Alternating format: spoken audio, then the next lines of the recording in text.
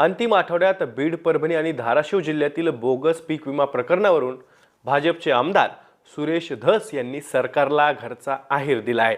या बोगस पीक विम्याच्या पॅटर्नला पंतप्रधान पीक विम्याचा परळी पॅटर्न असं नाव देत धसांनी महायुती सरकारच्या 2023 आणि 2024 या कार्यकाळातील कृषी मंत्र्यांवर गंभीर आरोप केलेत। माझ्याकडे 47 गावांची यादी अध्यक्ष महोदय, परभणी जिल्ह्यातली नामेवाडी, खांडेवाडी, कलुचीवाडी अशी 47 गावामध्ये 29,073 हेक्टरचा विमा भरला गेला अध्यक्ष। फक्त 47 गावात 29,023 अध्यक्ष महोदय बोगस पीक विम्याचा परळी पॅटर्न पोहोचला परभणीत।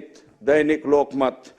अध्यक्ष महोदय, पीक विम्याचे बोगस प्रस्ताव महसुली रेकॉर्ड नसलेल्या गावात